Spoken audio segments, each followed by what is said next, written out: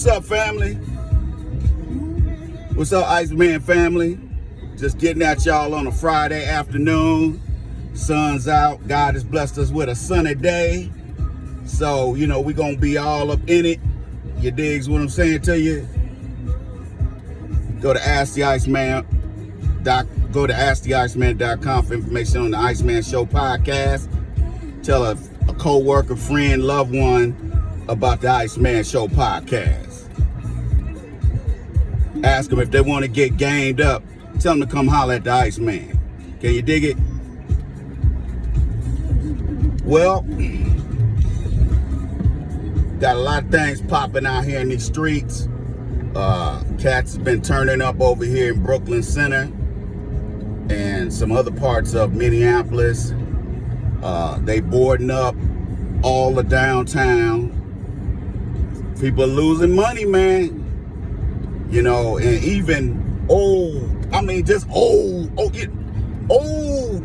school racist Pat Robertson even weighed in on Derek Chauvin and this woman over here in Brooklyn Center that murdered this young brother, Daunte Wright, as you already know. And even Pat Robertson said, man, what kind of policing are these police departments and sheriff departments teaching their officers and deputies? It's like, I'm paraphrasing what Pat Robertson said. He said, man, they ought to put him under the jail. Especially, he was talking about Derek Chauvin. He was like, man, they ought to put that guy under the jail. What he did to that, I mean, this old school racist. Pat Robinson, I was a kid. When I was a kid, he was old. Okay? He was old then. And I'm almost 60. Okay? I don't know who's propping that guy's back up or whatever, because he looked half dead. He looking damn near embalmed. You digs?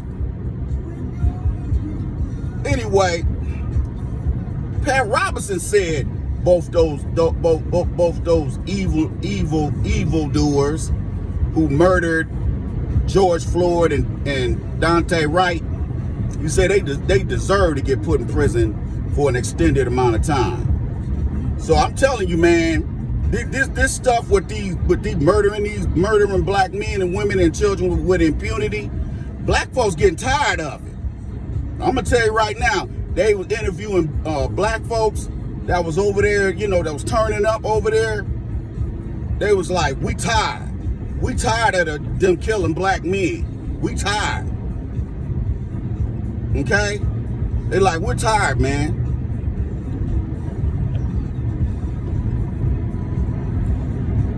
Yeah, we're tired. Said, man, we tired of them sitting up here doing this.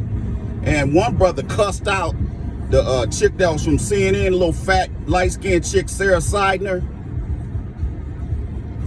She married to a white dude. Not that she's any loss to us. You dig one?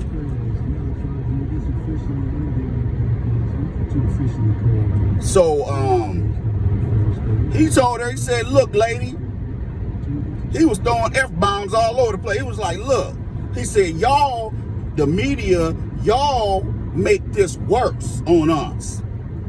Y'all make that worse on us. Old dude went off on her, man. He said, y'all do this to us. Y'all the ones doing this to us. And the media y'all don't help. I was like, damn, he got a point. You digs? He got a point. That's why, on the live stream on, last few weeks, I've been alluding to that. How long black folks gonna allow this stuff to keep happening to us? I mean, turning up is one thing. Damn, I should have got my ass off right here. How long, look, man, if you got, look, let me tell you something. If it was all black police departments out here killing white folks, that would have been over with the first couple of times we did that. Okay, it would have been on like Donkey Kong. Okay, they would have been over there at that black cop's house shooting his house up. You understand me? So why are we tolerating it? Oh, I know, because we scared. And look, people, you got black women out here acting more rah-rah than you got black men. That ought to tell you something, brothers. That ought to tell you something, man. You digs? That ought to say something about black manhood in this country when we got black women out here getting rah-rah and you got black men standing around or not showing up or doing anything online, trying to raise no money, help get people out of prison, jail, whatever. Okay? Come on, man.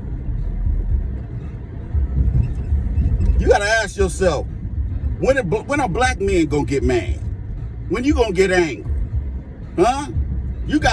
It don't make no sense that you got Caucasians out here mad about what's going on out here with these police and you ain't. Say a lot about your manhood, dog, if we talking about you. They ain't talking about me. Okay? Because I don't believe in I don't believe in cowardice. I might not jump out here and do something crazy if somebody do something to mine, but I'm gonna be calculated. You okay? I ain't gonna just run out in the streets and do wrong. When really it ain't doing wrong. You are retaliating for somebody doing something to one of your family members. Okay? Because Dante Wright's family, man, you should have seen them on. Man, they got Ben Crump up there. I said, as soon as I saw Ben Crump, I said, oh, here we go. Here we go again. Here we go again. Here we go again. Okay? And then, Al Sharpton will be back up here with his sorry ass. Okay? Come on, man. All black men can do is pray and and go down on one knee. Man, that's cowardice. You church Negroes are cowards. I'm sorry. That's what you are. You're cowards. Your woman is more rah-rah than you are. You scared of losing your little $15, your $20 an hour job. Okay? Let me tell y'all something about Brooklyn Center. And Brooklyn, this is kind of still North Minneapolis. Brooklyn Center is a tiny little ghetto city. They're right next to another little tiny city called New Hope. New Hope ain't no more than about 2 or 3 blocks, but they got their own police department. Okay? They still got their own police department and city services. Okay? New Hope, here's what New Hope does. If I go over here where my cousin live at out here in the burbs, if I drive down Winnetka from his house, Winnetka goes all the way through to New Hope and almost to Brooklyn Center. I think it turns into something else. New Hope, if they see you black, there used to be this one Caucasian female officer, this chunky. Anyway, this woman will sit up here. This woman will sit here. Soon as she saw a black person come fall through, she'll give you a ticket. She'll pull you over and give you a ticket. You might not even be speeding. They'll pull you over for your tail light out, tags expired. This one woman, that's all she does. As soon as you come out of Golden Valley into New Hope, there she is. Whoop, whoop. Next thing you know, you getting pulled over. My cousin's son used to live over there. I think his mom used to stay over there. He used to tell me that he avoid driving through New Hope because of that. Okay? And Brooklyn Center sits right there. But a bunch of, and see, Brooklyn Center over the last 10 years, a lot of black folks have moved from North Minneapolis to Brooklyn Center. Okay? Like I said, I ain't that far from there. And, luckily I'm farther away out here in the suburbs where that shit ain't went out here. But Brooklyn Center, dude, they a racist ass police department, just like Minneapolis. These little suburban police departments, they worse than Minneapolis police department. And Minneapolis police department is known for having Nazis up in there. Notice in the Derek Chauvin trial, I guarantee the prosecution didn't bring up race. Okay?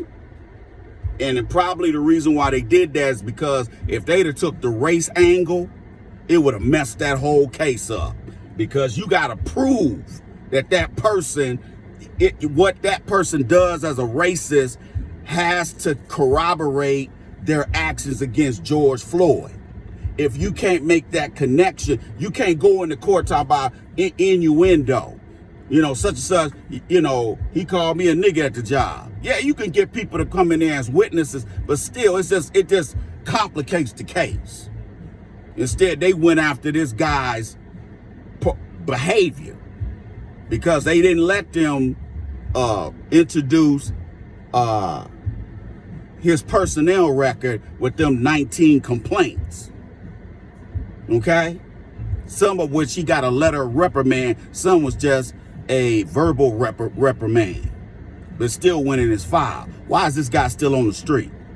Huh? Look, let me tell you something. You got to understand. I don't trust it. Just because the chief of police is a black guy, I think he's Dominican. I don't trust that dude. You know why I don't trust him? Because before, you got to understand, there's been at least 2 or 3 black men killed since the last time I lived here. That all the cases were the same. He reached for my gun and we had to shoot him. What black man in his right mind do you know reached for a cop's gun? Come on, man. But when you ain't got no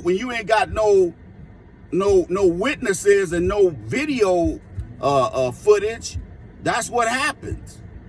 They're gonna take the cops' word for it. Why? Because they're sworn officers of the law. And if they're a deputy, they're a sworn officer of the court. You digs? See how that works? If these states want to do right by black folks, pass a measure through your legislature that takes away the qualified immunity out of policing, because that will hold them accountable. You digs? Well, people are starting to get fatigued over these shootings, okay? Because the next time they pull this, and I guarantee there's going to be some more. Going to be some more turning up. I mean, it's going to be some police misconduct. And I'm telling you, when it get hot, they're going to tear this mug up. They're going to be like Parliament. They're going to tear this mother. They're going to burn this mother up. Okay? Gonna tear this mother up. Can you dig it? But these little police department, but you gotta understand, that black chief has allowed Derek Chauvin to be an employee before he murdered George Floyd. He let all these other officers who went out here and killed black folks under questionable circumstances, he let them stay on as cops. You had Lieutenant Kroll, who's married to this chick named Jill something on WCCO, CBS News. She's married to that asshole.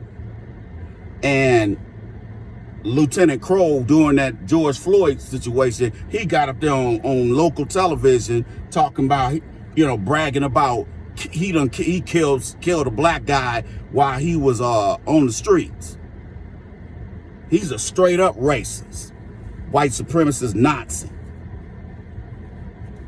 Nazis, and look, let me tell y'all something. These folks, these white supremacists gonna keep poking that bear. See, black man, you that bear. They gonna keep poking that bear. And I'm gonna tell you right now that one of these instances around the country, or around here gonna pop off, and that bear's gonna bite that finger.